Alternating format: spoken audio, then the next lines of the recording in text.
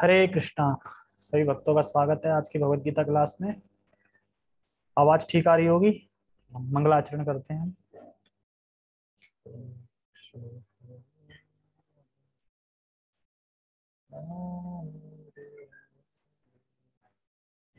हरे कृष्णा मतलब ठीक आ रही है। ओके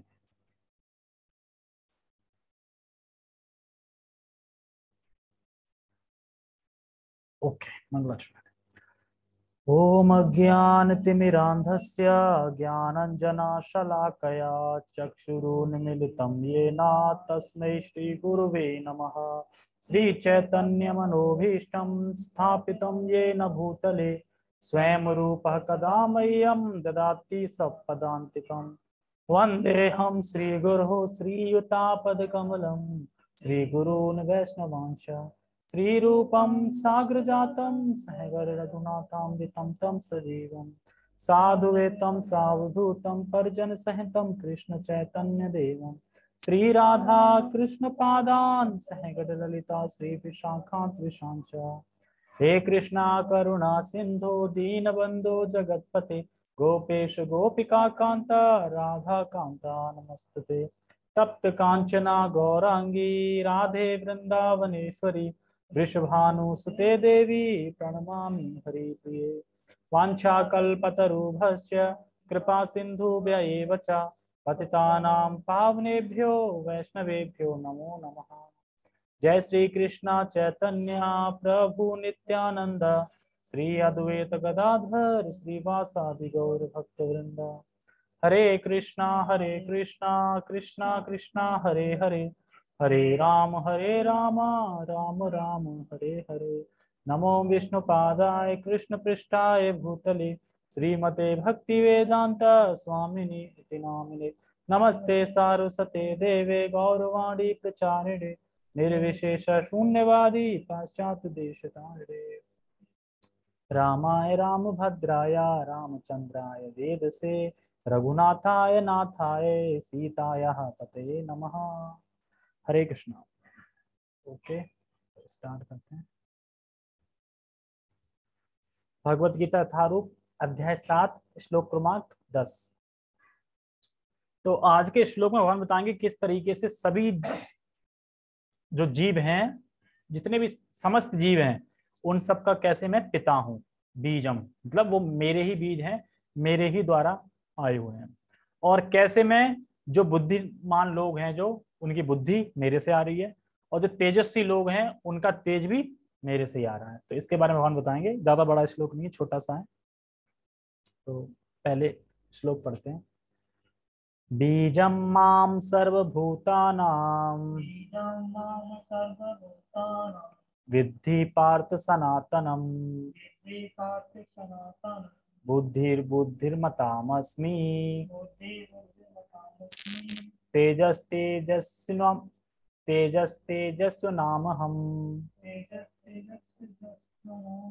बीजं मां सर्वभूतानां विद्धि पार्थ सनातनम् बुद्धिर्बुद्धिर्मतामस्मि तेजस्विनामहम्। ठीक है, ये तो सब इजी बिल्कुल। बीजम माम सर्वभूतानाम विद्धि पार्थ सनातना।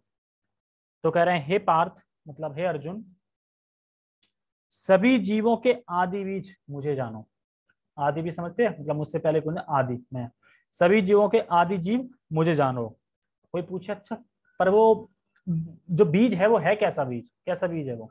तो कह रहे हैं सनातनम। सनातन मतलब हमेशा रहेगा, पुराना मतलब आदि बीज है, और सनातन है वो मतलब वही। एक कुछ बीज ऐसे होते हैं ना कि बीज तो हैं पर बीज में से जब फल निकल जाता है तो बीज नष्ट हो जाता है।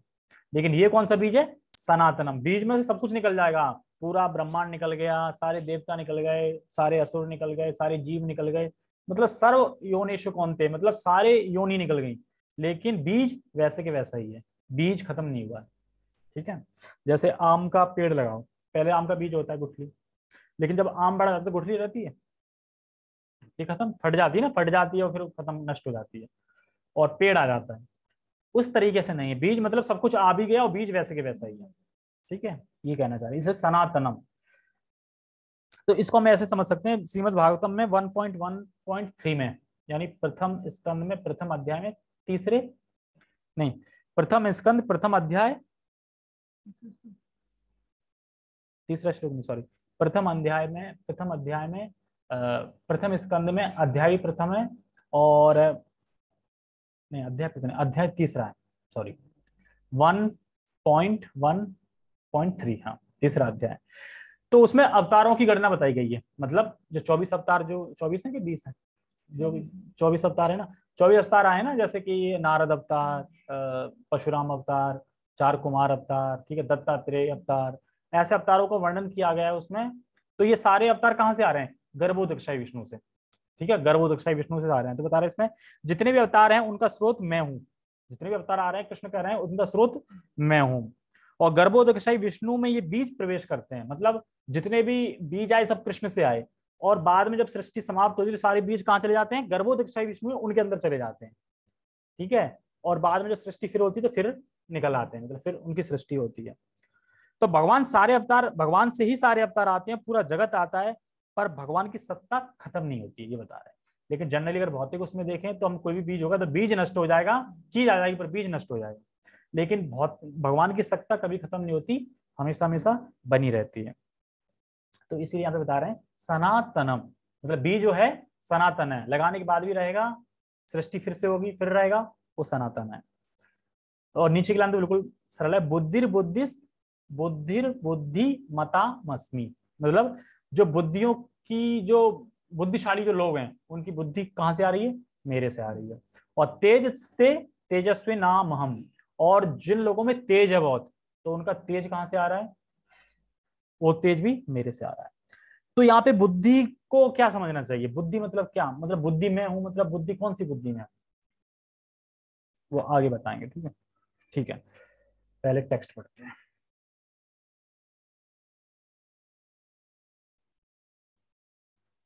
ठीक है। हे प्रतापुत्र, यह जान लो कि मैं ही समस्त जीवों का आदि बीज हूँ, बुद्धिमानों की बुद्धि तथा समस्त तेजस्वी पुरुषों का तेज हूँ। एक इस पे क्वेश्चन किया, प्रतापुत्र कौन है? प्रतापुत्र कौन है? पता है जूम में किसी को? आवाज थोड़ी आएगी है? तुम्हें पता नहीं है? डाउट है? नहीं, अर्जुन ही तो है ना मतलब ये प्रथा मतलब कुंती का नाम है ना, हाँ, तो इसलिए अर्जुन को ही बोला जा रहा है, ठीक है, प्रथापुत्र, ठीक है। अब हम वापस इस श्लोक पे जाते हैं, बीजम माँ सर्वभूता नाम, मतलब कोई बोले अरे सबसे पहले संसार में कौन आया, कौन बीज था, मतलब ऐसा है ना, जब संसार आया तो जाहिर सी बात है हम लोग देख रहे हैं ना कि इससे ये आए, इससे आए, इससे हमारे दादा से परदादा परदादा ऐसे करके आए, लेकिन असलियत में था कौन जब संसार में, मतलब आया कौन, मतलब जिससे ये सब बढ़ा? तो भगवान कह रहे हैं, क्या कह रहे हैं कि भगवान कह रहे हैं हे प्रतापुत्र, ये जानो कि सभी जीवों का आदि बीज मैं हूं। तो यहाँ पे सारे डाउट खत्म कर रहे हैं, इसीलिए तो इस चैप्टर को भक्ति योग बोला जा रहा है।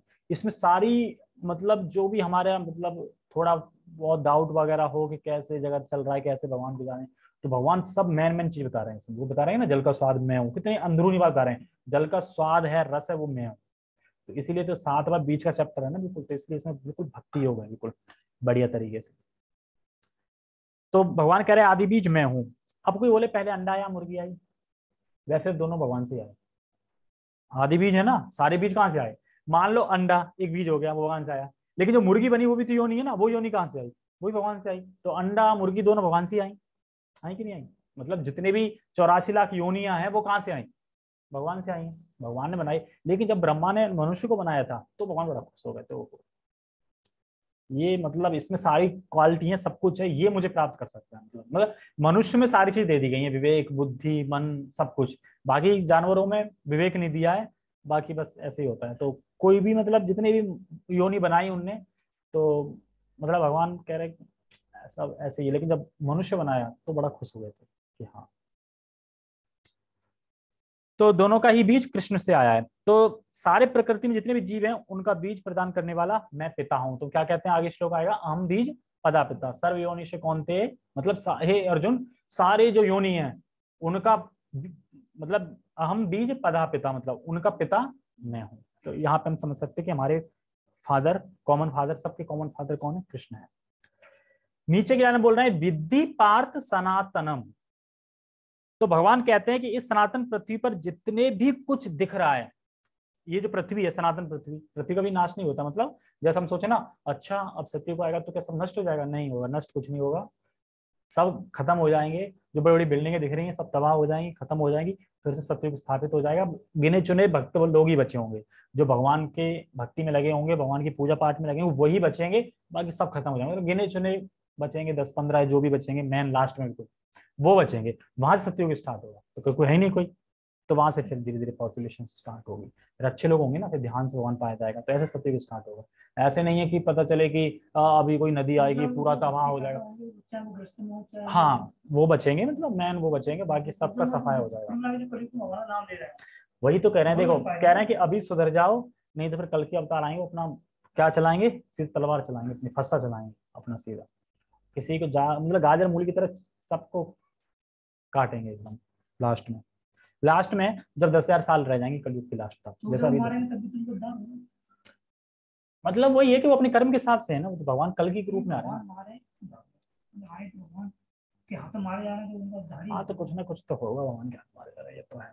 अभी उसके बारे में तो भी पता नहीं चल पाया, इतना पता है कि कलयुग में कल की अवतार आएंगे, और नाम भी है, जिले का नाम भी है, और किसके घर में आएंगे उसका नाम भी है। हाँ पता नहीं तुम्हें, यूपी में घर का नाम भी है, कहाँ आएंगे, लेकिन अभी वहाँ कुछ नहीं होगा। अभी तो बहुत जाने कितने सब मर मर के, अभी तो जाने क्या से क्या हो जाएगा, लेकिन पहले ही सब कुछ लिखा है। ठीक है, तो कह रहे हैं कि सब कुछ जो दिख रहा है, चर और अचर, एक्चुअली चर और अचर क्या होता है? चर मीन्स चलने वाली चीज, अचर मीन्स जो नहीं चलने वाली चीज। वो दोनों कहाँ से आई हैं? मुझसे ही आई हैं। तो चर अचर मतलब पृथ्वी जो कुछ दिख रहा है वो चर अचर ही तो दिख रहा है ना। घर बना है तो अचर है, क्योंकि चल नहीं सकता, तो चर अचर ही है, सारी चीजें चर अचर है। और उन सब का बीज मैं हूं, यानी अहम बीज पदा पिता, मैं ही बीज प्रदान करने वाला पिता, ये समझो।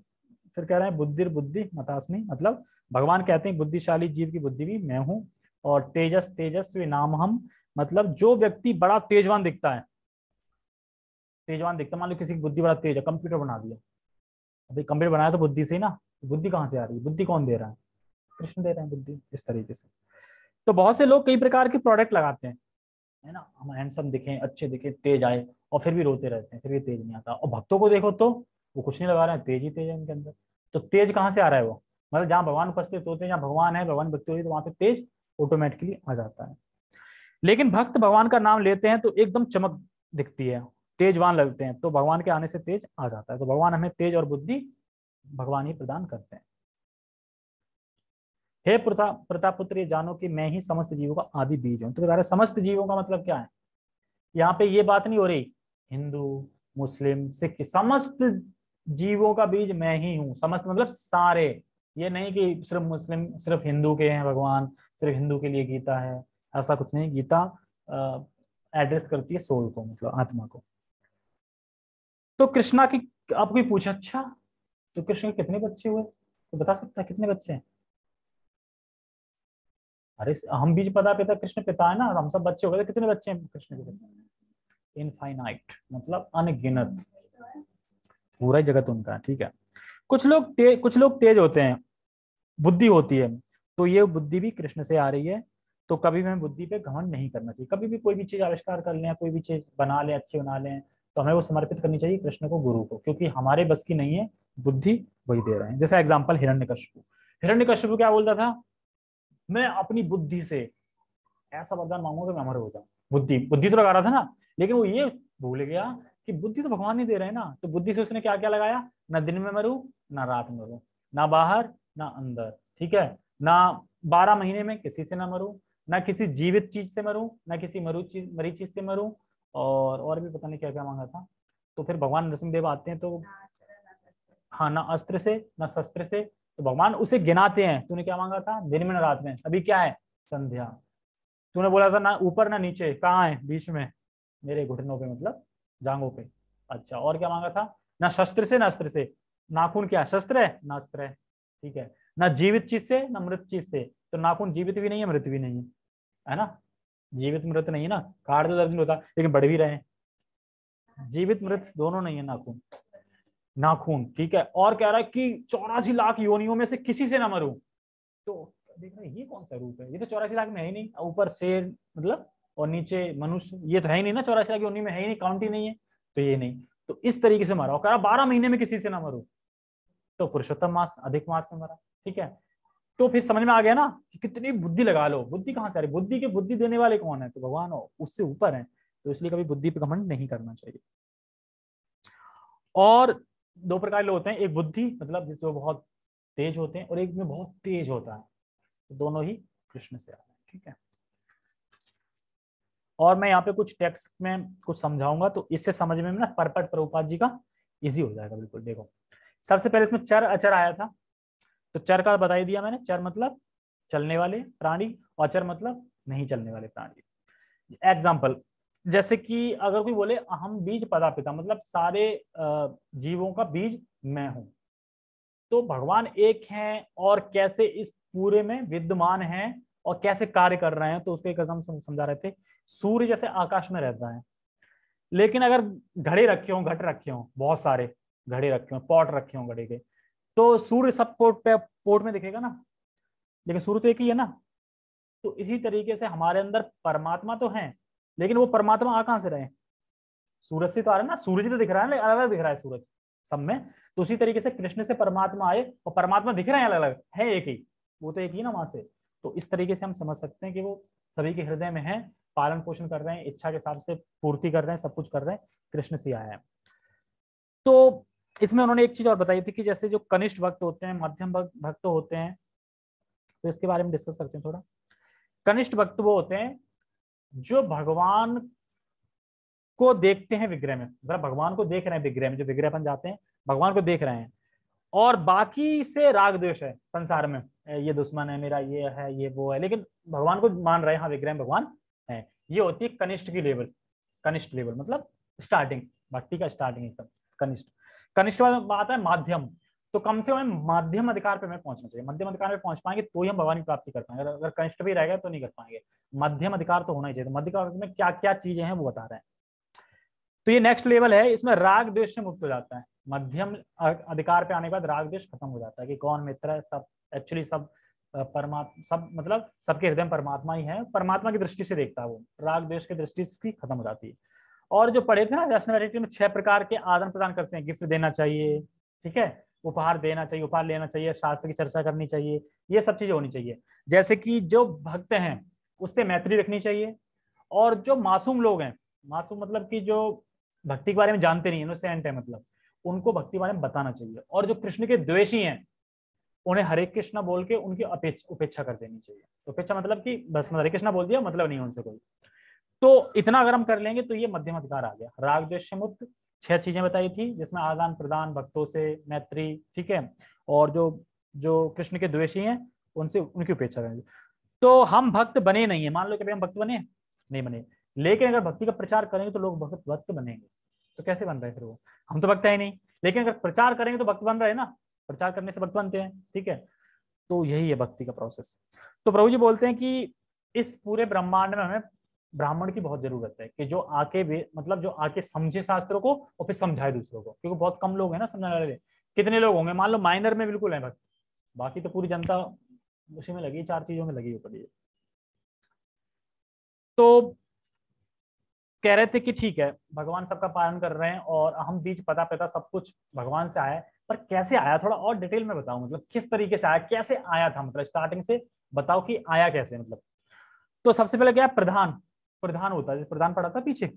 प्रधान क्या होता है, देखो प्रधान क्या होता है, जैसे माया के 3 पार्ट होते हैं, अविद्या, विद्या और प्रधान। अविद्या, विद्या, प्रधान। प्रधान से ही बनता है, प्रधान से ही बना है, जो दृश्य जगत दिख रहा है ना, पृथ्वी जल अग्नि वायु, सब प्रधान से बना है। कैसे, जो चीज दृश्य है वो और जो अदृश्य है वो भी, ये दोनों चीज प्रधान से आएंगी, मतलब दिखने वाली और ना दिखने वाली। वायु जल दिख रहा है, मतलब वायु मन बुद्धि ये सब दिख तो नहीं रहा है ना, तो दिखने वाली और ना दिखने वाली ये आई है प्रधान से। और प्रधान कहां से आया, कृष्ण से। तो इस तरीके से मतलब बीज बोल रहे हैं ना, तो ऐसा नहीं कि भगवान स्वयं आके आया ऐसे दे रहे, नहीं, मतलब प्रधान है ना, उनकी एक शक्ति प्रधान, जो प्रधान मतलब प्रधान आया, बाकी प्रधान कर रहा है सब कुछ यहाँ पे। आपको ये पूछा अच्छा, और प्रधान में 3 गुण की साम्यावस्था होती है, मतलब इसको बोलते हैं समव्यवस्था। मतलब जो प्रधान है उसमें 3 गुण होते हैं, सतोगुण, रजोगुण, तमोगुण, जो साम्यावस्था में होते हैं, मतलब कि बैलेंस बिल्कुल। तो सृष्टि बंद है, अभी कुछ हो नहीं रहा है, मतलब ना हलचल है, कुछ नहीं है मतलब। तो फिर जो एक होता है महतत्व, महतत्व पीछे बताया था, महतत्व। तो महतत्व पे जब जब भगवान अपनी काल दृष्टि करते हैं, काल मतलब दृष्टिपात करते हैं, काल दृष्टि करते हैं, तो सतोगुण की प्रधानता बढ़ती है। सतोगुण की प्रधानता जब बढ़ती है तो सतोगुण बढ़ता है, तो फिर जो रजोगुण तमोगुण जो तीनों हैं वो डिसबैलेंस हो जाते हैं, मतलब ऊपर नीचे हो जाते हैं। तो सृष्टि होने लगती है, सब कुछ चलने लगते हैं, अचार बचार सबकी हो जाती है। तो इस तरीके से भगवान कह रहे हैं अहम बीज पदा पिता, मतलब पहले प्रधान आया, प्रधान में ये 3 सुप्त अवस्था में सोए थे ये तीनों गुण, और महत तत्व में जब काल शक्ति करते हैं तो महत तत्व से फिर तीनों डिसबैलेंस हो जाते हैं, तो फिर सृष्टि चलायमान हो जाती है। अब कोई बोले महत तत्व में सत्वगुण की प्रधानता होती है और फिर तमोगुण रजोगुण डिसबैलेंस हो जाते हैं और फिर सृष्टि होती है। तो ये चीज बता रहे थे, ठीक है। अब हम पढ़ते हैं परपट। कहाँ गया परपट? हाँ, तात्पर्य। कृष्ण समस्त पदार्थों के बीज हैं। पदार्थ मतलब जो भी जो भी चीज है, अचर चर अचर सब जो भी है। कई प्रकार के चर तथा अचर जीव हैं, है ना। कुछ चलने वाले हैं, कुछ नहीं चलने वाले, पत्थर नहीं चल रहा। पक्षी, पशु, मनुष्य तथा अन्य सजीव प्राणी चर हैं। पेड़ पौधे अचर हैं। पेड़ पौधे नहीं चलते ना, वे चल नहीं सकते, वे केवल खड़े रहते हैं। प्रत्येक जीव 84 लाख योनि के अंतर्गत है। जितने भी चीजें तुम इस पृथ्वी दिख रहे होंगे, कैंचुए, कॉकरोच वॉकरोच जितने भी दिख रहे हैं ना अलग अलग, देखो ना कभी कभी ऐसे ऐसे कीड़े दिखेंगे तुम्हें, कभी देखे ही नहीं होंगे ना, कहाँ कहाँ से पता नहीं कौन कौन से। तो जितने भी है 84 लाख योनि के अंडर में ही है। अगर हम भक्ति नहीं करेंगे तो हम भी वो बन सकते हैं, ठीक है। जिसको बनना है वो भक्ति छोड़ दे, वो बन सकता है। आज ही मैं कौन सी कथा में सुन रहा था कि जो कॉकरोच होते हैं ना, वो एकदम बहुत अपने आप को बहुत एकदम साफ सफाई में रखते हैं, मनुष्य से भी ज्यादा। वो अपने आप को अपने आप को वो ये मत देखो कि वो लैट्रिन के उसमें रहते हैं, उसमें मिलते हैं कॉकरोच, मतलब वो अपने आप में स्वच्छ रहते हैं, साफ सफाई में एकदम। इस तरीके से पता नहीं बता रहे थे। ठीक है, ओके, ठीक है। तो आगे क्या कह रहे हैं, 84 लाख योनि के अंतर्गत हैं, जिनमें से कुछ चर और कुछ अचर हैं, किंतु इस सबके जीवन के बीच स्वरूप श्री कृष्ण है। जैसा कि वैदिक साहित्य में कहा गया कि ब्रह्म या परम सत्य वह है जिसके प्रत्येक वस्तु उद्भूत है। तो इसमें बता रहे हैं ब्रह्म और परम सत्य। तो अब यहाँ पे मैं पूछता हूँ कि ईश्वर और परम सत्य में क्या अंतर है, मतलब कि ईश्वर, एक ईश्वर होता है, एक परम सत्य, इन दोनों में क्या अंतर है? ईश्वर मतलब ईश्वर तो मान लो और भी तो परमेश्वर मतलब सबके नियंत्रण, इससे सब कुछ इनसे आ रहा है। हाँ हाँ, परमेश्वर हो गया। ईश्वर तो मान लो हम भी है, कुछ कार्य हम करते हैं। हाँ, पर हम में से जैसे कि हम लैपटॉप से कार्य कर रहे हैं, लैपटॉप हमसे नहीं आया है। हाँ, ऐसे ही। क्योंकि देखो परम सत्य मतलब उनसे ऊपर कुछ भी नहीं है, परम सत्य से ऊपर कुछ भी नहीं है, उन्हीं से सारा कुछ आया है। ये तो परम सत्य हो गया, यानी लॉर्ड कृष्ण, ठीक है। ईश्वर मतलब कंट्रोलर। कंट्रोलर जैसे मान लो कि शिव है, कंट्रोल तो कर सकते हैं, ब्रह्मा है कंट्रोल, लेकिन जरूरी नहीं कि जो चीज कंट्रोल कर रहे हो वो उन्हीं से आई हो। वो आई कृष्ण से है, पर कंट्रोल कर रहे हैं वो। जैसे सतोगुण रजोगुण तमोगुण कहाँ से आएगा, भगवान से आए, लेकिन तमोगुण कंट्रोल कर रहे हैं ना शिव, इस तरीके से। तो और प्रभुपाद जी भी बोलते हैं कि जैसे ईश्वर तो शिव भी हैं, ब्रह्मा भी हैं, गणेश भी हैं, नारद भी हैं, लेकिन ये परम ईश्वर नहीं है। जैसे ब्रह्म के संदर्भ में ईश्वर आप परमा कृष्ण, तो परम ईश्वर नहीं है। तो परम सत्य मतलब परम ईश्वर कौन है? कृष्ण है। उनसे कुछ नहीं, मतलब उनसे सब कुछ आया, उनसे परे कुछ भी नहीं है, उनसे ऊपर मतलब कुछ भी नहीं है। जैसे हम देखते हैं ना यहाँ पे कि सुंदर झरने देखते हैं, पर्वत देखते हैं, पहाड़ देखते हैं, घूमने जाते हैं शिमला मनाली वगैरह वगैरह, लेकिन कभी नहीं कभी किसी ने ये जिज्ञासा करी है कि यार कितना सुंदर है, पर ये आया कहाँ से?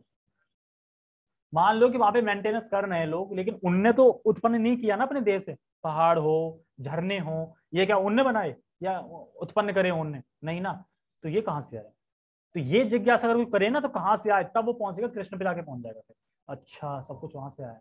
तो इसलिए हम जब भी किसी भी नेचर की खूबसूरती को देखें तो क्या याद करें, आया कहाँ से? कृष्ण। तो सोचो कृष्ण का गोलोक धाम होगा वो कितना सुंदर होगा, जब उनकी निष्कृत चीज, मतलब की कहते हैं ना, बड़ा गंदा लगेगा सुनने में, जैसे कि हम यहाँ पे मल त्याग देते हैं, गंदी चीज, ऐसे ही भगवान का मल समझ लो ये पूरा संसार, ऐसा निष्कृष्ट हो, फिर भी कितना अच्छा लग रहा है अपन को। तो सोचो गोलोक धाम कैसा होगा, ठीक है ना। तो वहां जाने की हमें जिज्ञासा करनी चाहिए। क्या हम पता कर सकते कि चंद्रमा की रोशनी कहाँ से आ रही है? करते रहो पता। जो बता रहा है चंद्रमा की रोशनी तो प्रभु जी सूर्य से आ रही है। अरे भाई तुमने खाली सुना है ना, सुना है ना, शास्त्र में तो कोई प्रमाण है नहीं, सुना है, और वो भी बस सुना ही है तुमने, वो भी कंफर्म नहीं। तो एक्चुअली ये दोनों की रोशनी कहाँ से आ रही है? भगवान से आ रही है, हमें पता है, तो हमने शास्त्र पढ़ा है, ठीक है। कृष्ण परब्रह्म या परमात्मा है, आगे ना, परब्रह्म या परमात्मा सब कृष्ण ही है। ब्रह्म तो निर्विशेष है, किंतु परब्रह्म साकार है। ब्रह्म जो निर्विशेष है मतलब निर्विकार मतलब रोशनी, उनका तेज वो, किंतु परब्रह्म साकार है। निर्विशेष ब्रह्म साकार रूप में आधारित है, यह भगवत गीता में कहा गया है। अतः आदि रूप में कृष्ण समस्त वस्तुओं के उद्गम है, उद्भुत है, उद्गम है। प्रभुपाद जी बार बार ये क्यों बता रहे हैं सब कृष्ण से आया, कृष्ण से आया, कृष्ण से आया, क्यों बता रहे हैं? क्योंकि इतना बताने के बाद भी तो लोग बोलते हैं गीता ना कृष्ण ने नहीं बोली है, कृष्ण के अंदर एक ब्रह्म था उसने बोली है। इतना कुछ बोलने के बाद बार बार कृष्ण से आया, कृष्ण से आया सब कुछ, तब भी क्या धारणा है कि गीता कृष्ण ने नहीं बोली, ठीक है। और दूसरा ये है कि जिस तरीके से बार बार झूठ बोलने से हमें झूठ सत्य लगने लगता है, उसी तरह बार बार सत्य बोलने से हमारे अंदर धस जाता है सही से, हाँ बैठ जाता है। इसलिए प्रभुपाद जी एक ही बात रिपीट बार बार बार बार बार बार करते हैं। वे मूल हैं, मूल समझते हैं? मूल मतलब ये है कि जैसे हर चीज का मूल एक होता है, मूल होता है कि मतलब मैन गुण होता है, तो कृष्ण मूल है। जिस प्रकार मूल सारे वृक्ष का पालन करता है, उसी प्रकार कृष्ण मूल होने के कारण इस जगत के समस्त प्राणियों का पालन करते हैं। हाँ ये गौर है, करते हैं। जैसे हमने पेड़ देखा होगा बाहर, नीम का पेड़ या कोई भी देख लो पेड़, उस पेड़ की जड़ दिख रही है, दिख रही आंखों से देखी है, लेकिन वो पेड़ जिंदा किससे है? जड़ से। अगर जड़ काट दी जाए नीचे से तो पेड़ सूख जाएगा, गिर जाएगा, लेकिन जड़ दिख रहा है? नहीं दिख रहा है। इसी तरीके से भगवान पूरे इस ब्रह्मांड का पालन कर रहा है। भगवान दिख रहे हैं? नहीं दिख रहे हैं, पर भगवान पालन कर रहे हैं। जैसे इसमें बताया, देखो बाहर पेड़ का, जो बाहर पेड़ है उसका मूल है जड़, पूरे पेड़ की मूल क्या है? जड़ है। इसी तरीके से पूरे संसार में चीज जो जो पूरे संसार चल रहा है, हम बीज बता पिता, उस सबका मूल क्या है? मतलब कृष्ण है। उस तरीके से बता रहे हैं। देखो जिस तरीके से पेड़ की जड़, जिसके बिना पेड़ जी नहीं सकता और हमें जड़ नहीं दिखती, तो उसी प्रकार भगवान इस जगत के मूल हैं और वही हमें रस और पोषण प्रदान करते हैं। रस मिल रहा है, पोषण मिल रहा है, सब कुछ भगवान से मिल रहा है, वही मूल है, लेकिन हमें दिखते नहीं। जिस तरीके से पेड़ की जड़ नहीं दिखती, हमें पता है कि पेड़ की जड़ है, तो दिख नहीं रही, उसी तरीके से आता है। हाँ पढ़ लिया, ठीक है। हाँ, जिस प्रकार मूल सारे वृक्ष का पालन करता है, उसी प्रकार कृष्ण मूल होने के कारण इस जगत के समस्त प्राणियों का पालन करते हैं। इसकी पुष्टि वैदिक साहित्य में कठोपनिषद में इस प्रकार हुई है। ये पिछले में शायद आया था ना ये श्लोक, नित्यो नित्यानाम चेतनस चेतनानाम एको बहुनाम यो वजधाति कामानाम। हाँ बताओ क्या मतलब है इस श्लोक में? अभी 2-3 दिन पहले ही पढ़ा था। नित्यो नित्यानाम मतलब सभी जीवों को वही है ना, एक नित्य मतलब भगवान नित्य है और जीव भी नित्य है। नित्यो नित्य नाम, चेतन चेतना नाम मतलब भगवान चेतन है, जीव भी चेतन है। एको बहुनाम, भगवान एक है, जीव बहुत सारे हैं, बहुनाम। विदधाति कामा नाम, और सभी जीवों की इच्छा को पूर्ण कौन कर रहे हैं? एक ही, वही कृष्ण ही कर रहे हैं। मतलब क्या मतलब है, और भगवान ही सभी की इच्छाओं को पूरा कर रहे हैं। ये इस श्लोक का मतलब, ठीक है। मैं समस्त नित्यों के, वे समस्त नित्यों के नित्य हैं, वे समस्त जीवों के परम जीव हैं और वे ही समस्त जीवों का पालन करने वाले हैं। मनुष्य बुद्धि के बिना कुछ भी नहीं कर सकता, और कृष्ण भी करते हैं कि मैं समस्त बुद्धि का मूल हूं। जब तक मनुष्य बुद्धिमान नहीं होता, वह भगवान कृष्ण को नहीं समझ सकता। अब यहाँ पे आई बुद्धि की बात। बुद्धि का मतलब यह दे रहे हैं यहाँ पे, सार असार की बुद्धि होनी चाहिए। सार असार का विवेक बोलते हैं ना। बुद्धि मतलब किसकी बुद्धि तेज है? मतलब भगवान कहते हैं ना बुद्धि में हूं, मतलब कौन सी बुद्धि? बुद्धि बता रहे हैं, राइट बुद्धि बता रहे हैं कि जो ये जानता हो कि कौन सी सार है और कौन सा असार है। असार मतलब भौतिक वार्तालाप, भौतिक चीजें, संसार में फंसना, मैं शरीर हूं, ये सब असार वस्तु है। सार वस्तु क्या है जो लेनी चाहिए? मैं कृष्ण का दास हूँ, ठीक है, मुझे कृष्ण की भक्ति करनी है, कृष्ण को जोड़ना है, कृष्ण की मतलब गाथा को बताना है, कृष्ण कथा करनी है। तो ये बुद्धि, इस बुद्धि की बात करें, बुद्धि में बुद्धि मैं हूं, मतलब कृष्ण वाली बुद्धि। तो सार असार इसलिए बोल रहे हैं यहाँ पे। कहाँ गया? ठीक है। नहीं समझ सकते। जैसे आगे हम पढ़ेंगे कि जो दुष्कृतिमान लोग हैं वो भगवान को नहीं समझ सकते, कह रहे हैं ना कि वह भगवान कृष्ण को नहीं समझ सकता। कौन नहीं समझ सकता? मान लो कि बुद्धि बहुत है पर क्या है, दुष्कृतिमान है। जैसे आगे आएगा ना, 4 प्रकार के लोग नहीं आते मेरी शरण में, उसी का लिंक दे रहे हैं कि जो दुष्कृतिमान है वो भगवान को नहीं समझ पाते। बुद्धि बहुत होती है, साइंस पढ़ रहे हैं, डॉक्टर हैं, सब कुछ है, लेकिन भगवान को नहीं समझ पा रहे हैं, दुष्कृतिमान है। क्यों दुष्कृति? क्यों? क्योंकि बुद्धि होते हुए भी, क्योंकि उनका कोई पुण्य नहीं होता, इसलिए वो भगवान नहीं समझ पाते। भगवान समझने के लिए पुण्य भी होने चाहिए। पुण्य जब होंगे तो हम समझ पाएंगे, भले कितनी बुद्धि हो, इंटेलिजेंट हो कितने भी, लेकिन नहीं समझ पाएंगे। जब हम भक्ति करते जाते हैं, क्या यहाँ पे भक्ति के पुण्य बता रहे हैं ना, सुकृति वाले पुण्य। हाँ, और अगर वैसे देवी देवता वाले भी पुण्य होंगे तो उससे भी धीरे धीरे तुम, पुण्य तो पुण्य होते हैं, मतलब धीरे धीरे पुण्य, मतलब देवी देवता पुण्य किया, लेकिन वो धीरे धीरे चक्र से चल के आगे आएंगे, वो प्रोसेस है। भक्ति के पुण्य इकट्ठे कौन से होते हैं? जैसे कि अजामिल बताया गया था, अजामिल नारायण नारायण बोल रहा था ना, तो पुण्य इकट्ठे हो रहे थे ना, राम चला गया इस तरीके से। तो जब भी हम भक्ति करते जाते हैं तो क्या होता है, हमें शास्त्र समझ में आते जाते हैं, समझ में आते रहते हैं। ठीक है, तो हम अगर भक्ति करते रहेंगे तो साथ में धीरे धीरे समझ में आते जाएंगे। मान लो कि 20 साल से भक्ति कर रहा है, अब जैसे सुकृष्णदास प्रभु ने 20 साल हो गए उनको, तो शास्त्र समझ में आ रहा है ना, काफी बता रहे हैं, कुछ सब कुछ बता रहे हैं। ठीक है, तो इस तरीके से तो वही है। जैसे प्रभु जी बार बार आवृत्ति करते हैं क्योंकि हम भूल जाते हैं। प्रभुपाद देखा होगा ना तुमने, प्रभुपाद जी बार बार आवृत्ति करते हैं ना। हम कुछ कठिन नहीं है, वो प्रश्न क्या बोलेंगे, कोई कठिन नहीं है, सबको सब लोग कर सकते हैं, कोई भी कर सकता है, कुछ नहीं कर सकता, 4 नियम का पालन करना है और हरे कृष्ण मंत्र करना है, बिल्कुल कठिन नहीं है। इस तरीके से बोलते हैं, बिल्कुल सरल है, कोई भी कर सकता है, तुम भी कर सकते हो। इस तरीके से वचन बोलते हैं प्रभुपाद जी। तो क्यों क्यों बार बार आवृत्ति करते हैं? क्योंकि बार बार बताते हैं, क्योंकि हम भूल जाते हैं। तो हमें अपनी साधना अच्छे से करनी है, तभी बातें टिकेंगी हमारे मन में, हमारे हृदय में, और धीरे धीरे हम भक्ति में प्रगति करेंगे। और बुद्धि का मतलब बता दिया, सार का विवेक होना चाहिए। अगर हम रीडिंग नहीं करते तो हमारी बुद्धि ही हमें मार देगी। कुछ लोगों को बहुत बुद्धि होती है ना, बुद्धि तो है पर हम शास्त्र नहीं पढ़ रहे हैं, तो वो बुद्धि हमें मार देगी। कैसे करके? क्योंकि बुद्धि तो प्लानिंग करती रहती है, नेक्स्ट भोग। मान लो मन ने इच्छा कर दी खाली, उसकी प्लानिंग कौन करता है पूरी? फिर बुद्धि। मन ने तो इच्छा कर दी और हट गया अलग, उसके बाद बुद्धि लगी रह गया कैसे करें। मन ने तो बोल दिया रसगुल्ला खाना है, बस मन खत्म, अलग हो गया। अब बुद्धि करेगी, अच्छा यहाँ से ये लाना है, यहाँ से लाना है, यहाँ से रिफाइंड लाना है, अब ऐसे बनाना है, अब करेंगे, ये सब बुद्धि कर रही है। तो इसलिए कह रहे हैं कि रीडिंग नहीं करेंगे तो बुद्धि हमें मार देगी, क्योंकि बुद्धि प्लानिंग करती है नेक्स्ट भोग कहाँ मिलेगा। तो अपनी बुद्धि का उपयोग हमें शास्त्र पढ़ने में, समझने में लगानी चाहिए। कौन सी बुद्धि? इसलिए बोल रहे हैं बुद्धिमान की बुद्धि मेरे से ही आ रही है। और ज्ञान शक्ति, मतलब ज्ञान शक्ति बोल रहे हैं ना हम, तो वही ज्ञान शक्ति हमें ये सब करना है। जैसे गधे का एग्जांपल देते हैं, जंगल में घास है पर जंगल में नहीं खाएगा, वो गधे की तरह काम करेगा। क्यों काम कर रहा है? कि शाम को मुझे घास देगा, लेकिन उसे ये भूल जाता है कि जंगल में दुनिया भर की घास है, फ्री में जाके खाओ मस्त रहो। नहीं, काम करेगा, ढोता रहेगा बोझा। क्यों? क्योंकि मुझे शाम को ये घास देगा ना, इसलिए।